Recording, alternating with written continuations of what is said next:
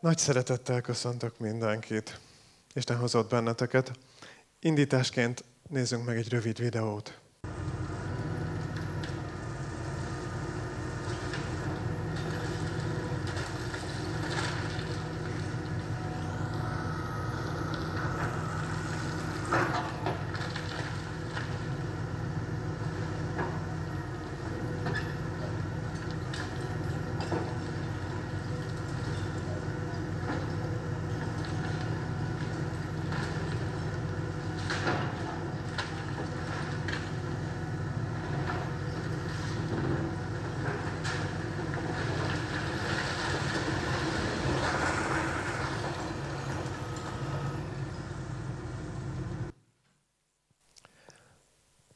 Tudják, mit láttak?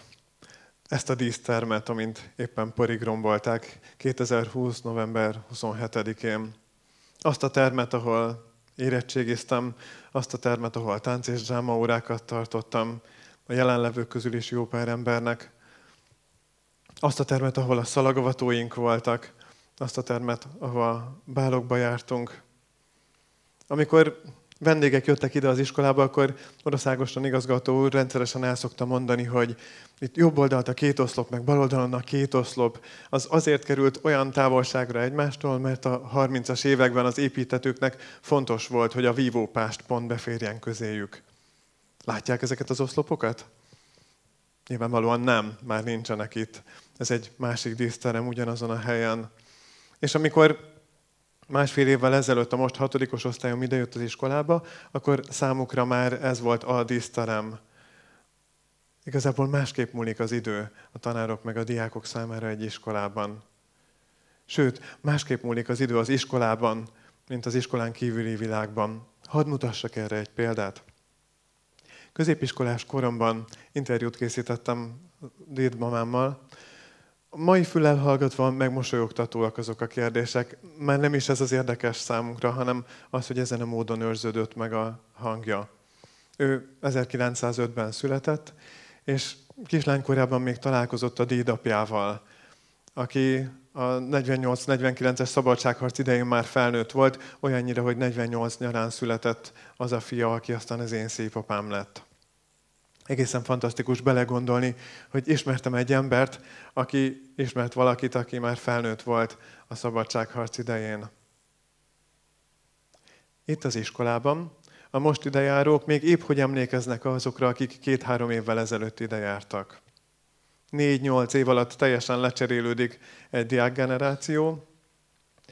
10 év elteltével meg már csak mi tanárok emlékszünk arra, hogy kik voltak itt hajdan.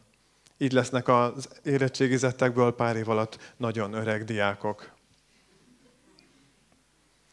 Van olyan a mostani tanítványaim között, akiknek a legrégebbi iskolai emléke az, hogy ismer valakit. Akinek a legrégebbi iskolai emléke az, hogy ismer valakit itt az iskolában. Akinek a legrégebbi iskolai emléke az, hogy ismer valakit itt az iskolában.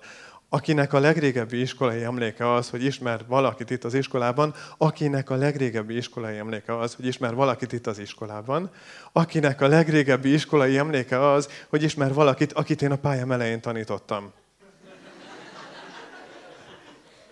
Ősidők óta itt vagyok. Én vagyok a hegylakó.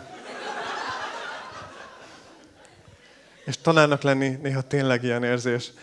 De szerint egészen közel jutottunk ahhoz, ami évezredek óta az emberiség vágya, örökké élni ezen a földön. Ennek érdekében van, aki horcruxokat gyárt, van, aki feltöltené a tudatát az online térbe, ismét mások hibernálnák magukat, mint hogyha elfelejtenénk Swiftnek az intelmét, aki azt mondta, hogy az örök életben nem a boldog ifjúkor tart sokáig ezen a földön, hanem a nyomorúságos öregkor. Miért annyira vonzó az örök élet lehetőségeit a földön számunkra? Ha etikai szemmel nézzük, talán egyszerű a válasz, azt az ősi kísértést ismétli meg, hogy olyanok lesztek, mint az Isten. Könnyű úton, Isten segítsége nélkül megoldjuk magunknak. És így módon örökké elodázható a megtérésnek a kérdése. Így módon nem kell megváltoztatnunk magunkat, nem kell megjobbítani az életünket, elég, hogyha néha megjavítjuk a szerveinket. Másképp feltéve a kérdést, miért örökké akarunk élni, miért nem jól akarunk élni. A 2 ezelőtti osztályom tablóján szerepel Abraham Lincolnnak az idézete, amely arra figyelmeztet, hogy a minőségi élet többet ér a hosszú életnél. És érdemesebb lenne talán erre törekedni, nem az évek számát növelni, hanem megtölteni azt tartalommal a saját életünkben. Tanárnak lenni mindamellett nagyon sokszor kecsegtet az örök fiatalság ígéretével. Még mindig nagyon hízelgő számomra, amikor egy versenyen megkérdezik, hogy diákként jöttem, vagy kísérő tanárként. Megírathatom ugyanazokat a dolgozatokat, mint amiket 10 évvel ezelőtt irattam, és senki nem ismeri fel. Az iskolai rádiós műsorban leadhatjuk azt az adást, amit 10 évvel ezelőtt is csak nagyon kevesen hallgattak meg. Itt az iskolában, itt a Ciszterci gimnáziumban pedig különösen is erős az azonosság érzete a korábbi generációkkal. Azért, mert azokban a termekben tanítunk, ahova Jancsó Miklós járt, vagy ahova Parti Nagy Lajos járt. Ez az az iskola, ahonnan majdnem kirúgták Vörösmarty Mihályt. Ezt a történetet elmesélem. Délutáni tanítás volt, a tanár a szokottnál kissé mogorvább volt, és egy kisebb vétségért meg akarta vesztőztetni Vörösmarty egyik osztálytársát.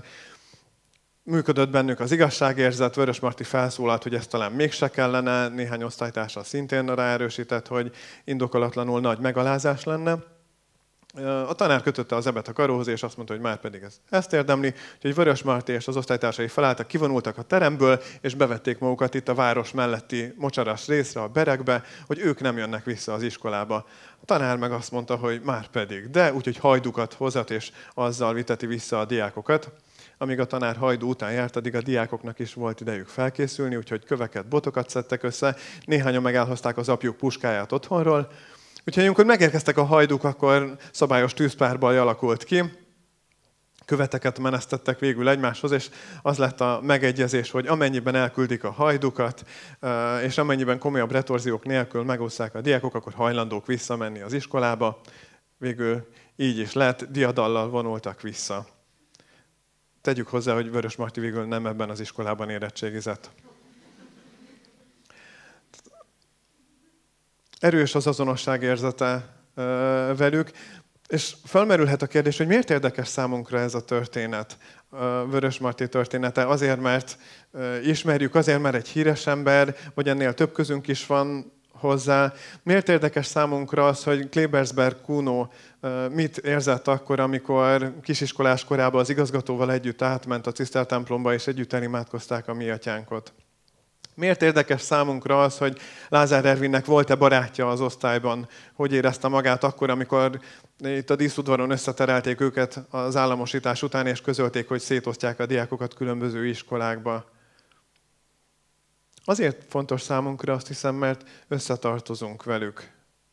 És ez az összetartozás nem egy automatikusan létrejövő dolog, hanem az emlékezet által jön létre, azáltal, hogy fontosak számunkra. Azáltal, hogy vállaljuk a velük való közösséget.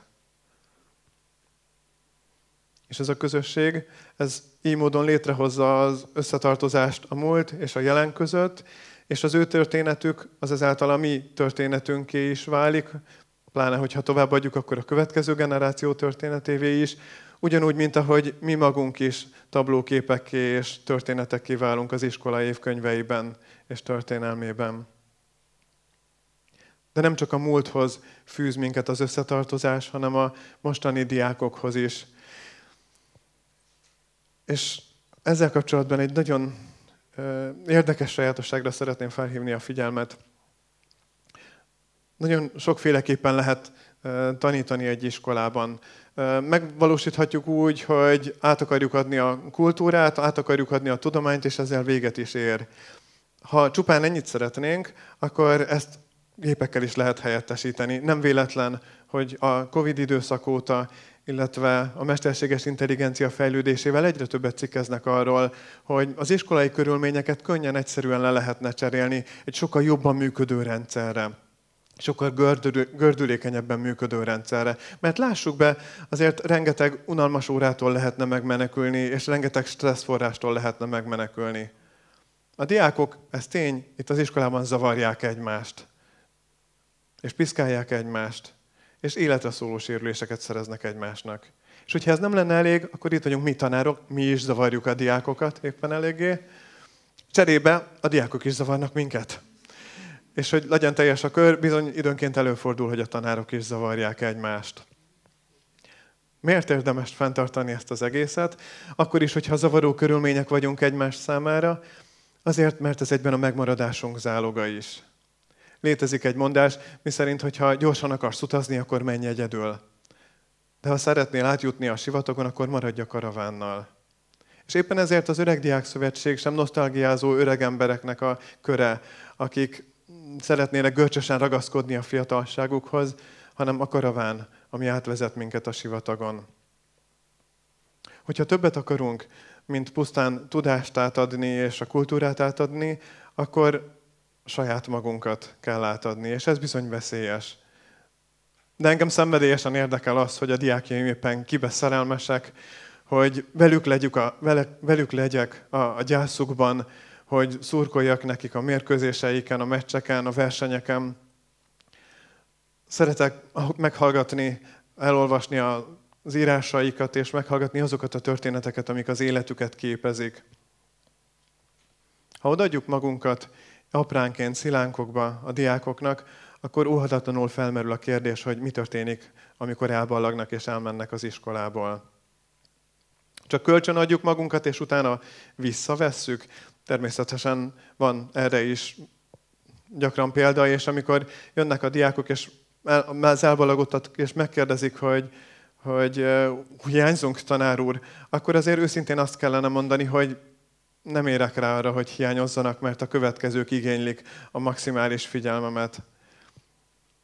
Az előzőleg elballagott osztályom egy része kifejezetten rossz néven vette azt, hogy egy új osztályt vállaltam, minthogyha egy másik gyereket vállaltam volna helyettük.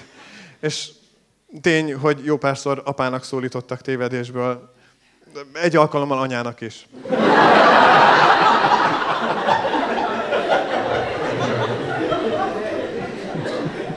Kicsit olyan ez a fajta tanárlét, mint hogyha mi lennénk a repülőtér, mint Jobbágy Károly versében, a diákok pedig a repülők, akik elszállnak az életükbe, mi tanárok itt ragadunk, és egy idő után kell a repülőtérre a következő repülőnek, és miután felszálltak, utána még egy ideig a torony tartja a kapcsolatot, de aztán kell a hely a mindig utánunk jövőknek. Sokszor így működik, de nem mindig. És egy tanárban nincsen végtelen sok hely új kapcsolat számára, rengetegen őrzünk régi leveleket, régi képeket. Nem tudom, másod van-e hasonló szokás? Nálunk a ballagó diákok egy része nem csak a családtagjaiknak ad tablóképet, hanem például a büfébe Juditnak, vagy a kedvenc tanáraiknak, vagy a titkárságra Bettinek, meg Mártinak.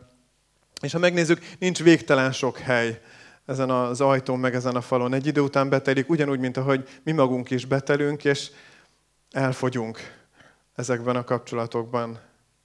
És azt hiszem, hogy ez egy nagyon jó elfogyás.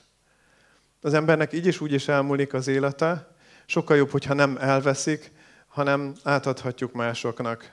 Ahogy Jézus mondta, senki nem veszi el az életemet, én magam adom oda. Izaiás könyvében, 42. fejezetben szerepel a sokat olvasott bíztatás. Ne félj, mert megváltottalak, neveden szólítottalak, az enyém vagy. Héber eredetiben is gyönyörű ennek a dallama. Lo akra, ki gealtira, karatígy simka, li atta. Jézus maga is sokszor köszöntötte így a tanítványait, ne féljetek. Hogy ez a bizalomteli kapcsolat milyen sokat jelent. Az Istennel való kapcsolat, ami nagyon hasonlít a diákokkal és a múltunkkal való kapcsolatunkhoz, de szeretnék zárásképpen egy történetet elmondani. 2002 tavaszán volt szerencsém a Pécsi Ifjúsági Háznak a vonós zenekarával az Egyesült Államokba, Seattle-be utazni. Már az odafele vezető út és az öröklétnek az ígéretét hordozta, mert amikor Amsterdamban felszállt a gépünk, akkor délután 3 óra volt, és amikor 9 órával később Seattle-ben leszálltunk, akkor még mindig délután 3 óra volt ugyanaznap. Egészen fantasztikus élmény volt. Hazafele úton késő délután indultunk, és Kanada fölött repültünk el. Ez még délután készült, végeláthatatlan pusztaság, különösebb kiemelkedések és tereptárgyak nélkül. Gyorsan be is esteledett, hiszen kétszer olyan gyorsan múlt az idő odalent, és már nagyjából éjfél lehetett, lent minden sötét. Amikor egyszer csak egy házba felkapcsoltak egy villanyt. Talán a mosdóba mehetett ki valaki. Nem tudom, hiszen soha nem találkoztam előtte azzal az emberrel, és soha nem is fogok vélhetőleg, de ebből a villanyfelkapcsolásból megértettem, hogy ha én az esendő, gyenge földi szememmel 10 kilométer magasból észreveszek egy lámpa felkapcsolását, akkor milyen lehet Istennek az a nézőpontja, aki látja az életünket, és aki számára lehet, hogy pont a mi életünk tesz különbséget a teljes sötétség és a kapcsolatban lét között. És ez az Istennel való kapcsolat az, ami túlnyúlik a halálon. Mert Isten emlékezete erősebb a halálnál. És hogyha ő kiteszi a tablóképünket a hűtőjére, akkor biztonságban vagyunk, hiszen azt mondta, hogy azért megy el, hogy helyet készítsen számunkra. Lo akra, kigyaltira, karatid, simka, li atta. Köszönöm.